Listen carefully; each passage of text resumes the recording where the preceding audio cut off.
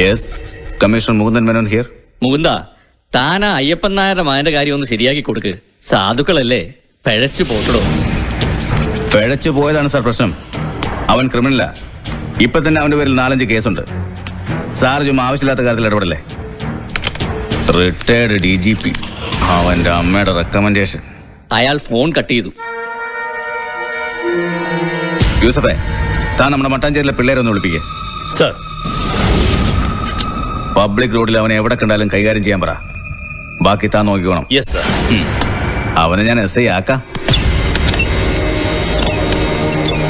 ചേട്ടാ, ഇവന്മാരെന്തിനാ ഇങ്ങോട്ട് കൊണ്ടുവന്നത്? പിടികിട്ട പുള്ളികളെന്ന് പോലീസ് ഡിക്ലെയർ ചെയ്തോരാ. പുറത്താരെങ്കിലും കണ്ടോ? ഇല്ല സർ. താൻ പൊയ്ക്കോ. സർ. ലോകൈക ഗുണ്ടകളാന്ന ഭാവം. എടാ കോപ്പയെ തലയെടുക്കാൻ പറഞ്ഞ തലയെടുക്കണം. ചുമ്മാ മാന്തിയിട്ട് വന്നിരിക്കുന്നു ഇഡിയറ്റ്സ്. എന്താ ഒരുത്തിനും മിണ്ടാത്തത്? കണക്ക് പറഞ്ഞ് കാശ് മേടിക്കാൻ ഭയങ്കര നാക്ക. കൈക്ക് 50, കാലിന് 100, തലയ്ക്ക് 1,00,000. ഒരു കൊട്ടേഷൻകാര്. എടാ, കാശ് മേടിച്ചാ പണി ചെയ്യണം. യൂണിയൻ മീറ്റിംഗ് കഴിഞ്ഞ് വരുന്ന വഴിയായതുകൊണ്ട് അയാളോട് 3-4 പേരുണ്ടായിരുന്നു. നേതാവിന്റെ കൈയും കാലും വെട്ടുമ്പോ കൂടെ ഉള്ളവർ ചിതറി ഓടുമെന്ന് വിചാരിച്ചു. പക്ഷെ അവന്മാര് ചെറുത്തു വന്നു. പിന്നെ അവന്മാരെ വിരട്ടി ഓടിച്ചു വന്നപ്പോഴേക്കും പവർ കട്ട് മാറി കറണ്ടും വന്നു. കറണ്ട് വന്നതും പവർ കട്ടൊന്നും എനിക്കറിയണ്ട. പറഞ്ഞത് നടന്നിരിക്കണം. ആൾക്കാർ ഓടിക്കൂടി ഞങ്ങളെ തിരിച്ചറിഞ്ഞ സാറാണ് ജയിച്ചതെന്ന് പറയും. അത് പേടിച്ച ഉടനെ തന്നെ തലയെടുക്കണമെങ്കിൽ ആശുപത്രി കയറി വെട്ടിയേക്കാം.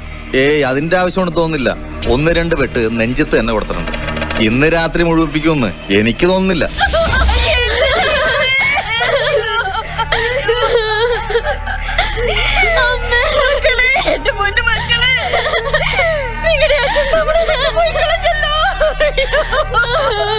വെട്ടിക്കേറി കൊല്ലാൻ മാത്രം എന്ത് തെറ്റാ മനുഷ്യൻ ചെയ്തത്?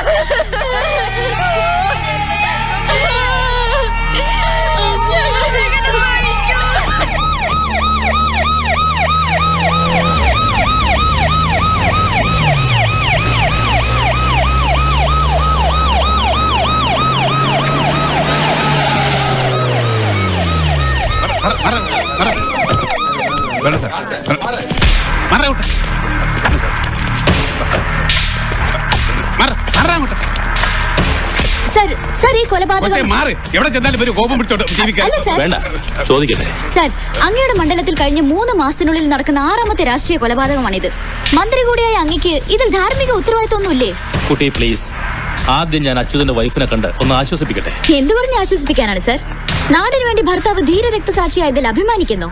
അതോ അച്യുതനെ കൊന്നവരെ നമുക്ക് നാളെ തന്നെ തിരിച്ചു കൊല്ലാമെന്നോ? Mind your words. Hello, over smart ആകണ്ട. നിങ്ങൾ പത്രക്കാരും TV-കാരുമാണ് ഈ നാട്ടിലെ പ്രശ്നങ്ങൾ പെരുപ്പിച്ച് വർഗീയ ലഹള വരെ ഉണ്ടാക്കുന്നത്. അത് പുതിയൊരു അറിവാണല്ലോ സർ. നീ ആരാടി? മദർ തെരേസയുടെ കൊച്ചുമോളോ? സൂക്ഷിച്ച് സംസാരിക്കണം. ഈ തിരുമൊഴി ഷൂട്ട് ചെയ്ത് ഞാൻ TV-യിൽ കാണിച്ചാലുണ്ടല്ലോ, ഹേമന്റെ തൊപ്പി ചിലപ്പോ തെറിച്ചു പോകും. കുട്ടി, ഞാൻ വല്ലാത്തൊരു മാനസികാവസ്ഥയിലാണ്. എന്റെ പാർട്ടിയുടെ ട്രേഡ് യൂണിയൻ നേതാവാണ് കൊല്ലപ്പെട്ടത്. പോസ്റ്റ്മോർട്ടം ചെയ്ത് എത്രയും പെട്ടെന്ന് ബോഡി വിട്ട് കിട്ടാനുള്ള എല്ലാ ഏർപ്പാടും ചെയ്തിട്ടാണ് ഞാൻ വന്നിരിക്കുന്നത്. അതൊരു വലിയ സഹായം തന്നെയാണ് സർ. ആട്ടെ, ഈ city police commissioner Mukundan Menon സാറിന്റെ ചേട്ടനല്ലേ? അതെ. കമ്മീഷണറുടെ ഒത്താശയോടെയാണ് ഈ കൊലപാതകം ആസൂത്രണം ചെയ്തതെന്ന് ഒരു ജനസംസാരം ഉണ്ടല്ലോ. കൊള്ളാം, വെരി ഗുഡ്. അപ്പൊ കമ്മീഷണർ മുകുന്ദന് ഗുണ്ടായുസം ഉണ്ടോന്ന് പത്രക്കാർക്ക് ചെറിയ സംശയം ഉണ്ടല്ലേ? ആ സംശയം അത്ര നിസ്സാരമായി കാണണ്ട. നമ്മളാണ് നേതാവ് അച്യുതനെ കൊല്ലിച്ചതെന്ന ന്യൂസ് എങ്ങാനും വെളിയിൽ വന്നാൽ മുഖ്യമന്ത്രി എന്റെ രാജി ആവശ്യപ്പെടും. അതോടെ എന്റെ രാഷ്ട്രീയ ജീവിതം അവസാനിക്കും. ഒന്ന് പോവാൻ പറടാ. നിന്റെ മുഖ്യൻ എന്നാ കോപ്പറിയാം? ഒരു പുണ്യാളൻ. എടാ, ഇന്ന് ഗുണ്ടാപ്പടയും ഗ്രൂപ്പസും ഇല്ലാതെ ഒരു രാഷ്ട്രീയക്കാരൻ നിലനിൽക്കാൻ പറ്റില്ല. പിന്നെ ചത്ത നേതാവ് അച്യുതൻ നിന്റെ തന്നെ പാർട്ടിക്കാരൻ നേതാവല്ലായിരുന്നോ? അയാളെ നമ്മൾ കൊല്ലിച്ചെന്ന് പറഞ്ഞാ ആരെങ്കിലും വിശ്വസിക്കൂ? ഒരിക്കലുമില്ല. നേതാവ് അച്യുതന് ചാകാനായിരുന്നു വിധി. അല്ലെങ്കിൽ പിന്നെ കമ്പനി മാനേജ്മെന്റുമായി ഉണ്ടാക്കിയ ധാരണ പ്രതിപക്ഷ യൂണിയൻ പോലും അംഗീകരിച്ചിട്ടും അവനല്ലേ ദഹിക്കാഞ്ഞത്? എത്ര ലക്ഷം വരെ നമ്മൾ അവൻ ഓഫർ ചെയ്തതാ. അപ്പൊ അവൻ പറഞ്ഞത് ഓർമ്മയുണ്ടല്ലോ, തൊഴിലാളികളെ വഞ്ചിക്കാൻ പറ്റില്ല, വേണമെങ്കിൽ എല്ലാ പത്രത്തിലും പരസ്യമായിട്ടങ്ങ് എഴുതുമെന്ന്. ഇനിയിപ്പോ അവൻ പരലോകത്തെ പത്രത്തിൽ പോരുന്ന് എഴുതട്ടെ. ആ കുർല കമ്പനിക്കാര് പറഞ്ഞ കാശ് കൃത്യമായി തന്നോ? കൃത്യമായിട്ട് കിട്ടി. രൂപ 2.5 കോടിയും കാറിന് ടിക്കലുണ്ട്. ആദ്യം 1 ലക്ഷം രൂപ മന്ത്രിയുടെ സംഭാവനയായിട്ട് മരിച്ച അച്ഛന്റെ ഫാമിലിക്ക് നൽകിയത്. കൊന്ന പാവം അപ്പോഴങ്ങ് തീരും.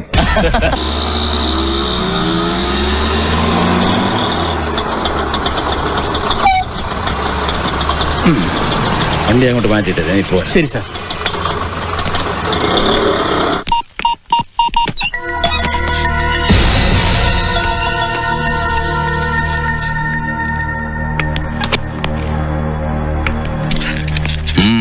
താൻ ആരോട് ചോദിച്ചിട്ട് അകത്ത് കയറിയത്? ആര് തടഞ്ഞാലും ഇന്ന് അങ്ങേ കാണണമെന്ന് കരുതി തന്നെയാ വന്നത്. കഴിഞ്ഞ 8 വർഷമായിട്ട് മനുഷ്യജന്മത്തിൽ അനുഭവിക്കാവുന്നതിന്റെ പരമാവധി നരകയാതന അനുഭവിക്കുന്നവനാ ഞാൻ. അർഹതയില്ലാത്ത ഒരു ചായ പോലും ആരുടെ കയ്യിൽ നിന്നും വാങ്ങിക്കുടിക്കാതെ സത്യസന്ധമായി ഞാൻ ജോലി ചെയ്തു. എന്നെ അഴിമതിക്കാരെന്ന് മുദ്ര കുത്തി ഡിസ്മിസ് ചെയ്തപ്പോഴും, തീരാത്ത പകയുമായി ആക്രമിച്ച് കയ്യും കാലും തല്ലിയൊടിച്ചപ്പോഴും ഞാൻ ആരെയും പഴിച്ചിട്ടില്ല. വിധിയെന്നോർത്ത് സമാധാനിച്ചു. എന്നോടുള്ള വൈരാഗ്യം തീർന്നിട്ടില്ലെങ്കിൽ ഇതാ ഇനിയും തീർത്തോളൂ. എന്റെ മകനെ വെറുതെ വിടുക. ഞാൻ ആ കാല് പിടിക്കാം. അവന്റെ ജീവിതം തകർക്കരുത്. കാല് പിടിച്ചില്ലെങ്കിലും അന്ന് ഞാനും തന്നോട് കെഞ്ചി എന്റെ പേര് വെളിപ്പെടുത്തരുതെന്ന്. ഓർക്കുന്നുണ്ടോ താൻ? താൻ എന്താന്ന് പറഞ്ഞത്? കള്ളം പറയാൻ തനിക്ക് ആവില്ലെന്ന്.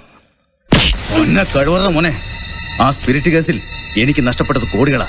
എന്റെ കുടുംബത്തിന്റെ പ്രസ്റ്റീജാ. സസ്പെൻഷനും അറസ്റ്റും ജയിൽവാസവും. നിനക്കോ ഡിപ്പാർട്ട്മെന്റിൽ സത്യവാൻ അയ്യപ്പനായിരുന്ന ഷെവലിയാർ പട്ടം. ആ കേസില്ലായിരുന്നെങ്കിൽ ഇന്ന് DGP ആവണ്ടാണ് ഞാൻ. അന്ന് പിടിച്ച ലോറികളെല്ലാം സാറിന്റെ പേരിലായിരുന്നു വ്യക്തമായ തെളിവുണ്ടായിരുന്നു സർ. തെളിവുകൾ മിണ്ടരുത്. എല്ലാവരും എനിക്ക് അനുകൂലമായി കോടതിയിൽ മൊഴി നൽകിയപ്പോ നീ മാത്രം എനിക്കെതിരായി പറഞ്ഞു. അതിനെന്നെ പരമാവധി ശിക്ഷിച്ചില്ലേ? ഒരു നയാ പൈസ പെൻഷൻ കിട്ടാതെ, കൂലിവേല ചെയ്ത പോലും കുടുംബത്തെ പോറ്റാനാവാതെ എന്നെ കൊല്ലാക്കൊല ചെയ്തില്ലേ? അതുപോലെ പോരാ, നിന്റെ കുടുംബം ഞാൻ കുടം തോണ്ടും. നിന്റെ മോനെ നിനക്ക് സബ് ഇൻസ്പെക്ടർ ആക്കണോ അല്ലേ? ആക്കാവടാ. അവനെ ഈ സിറ്റിയിലെ ഏറ്റവും വലിയ ക്രിമിനലാക്കും ഞാൻ. ഇന്നും അങ്ങ് എന്റെ മേലധികാരിയായിട്ട് കാണുന്നവനാണ് ഞാൻ. എന്റെ അപേക്ഷ കേൾക്കണം. എന്റെ മോൻ സബ് ഇൻസ്പെക്ടർ ആകുന്ന കണ്ടിട്ട് കണ്ണടയ്ക്കാൻ എന്നെ അനുവദിക്കണം.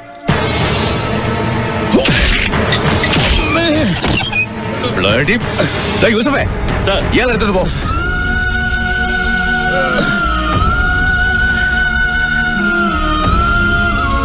Stupid.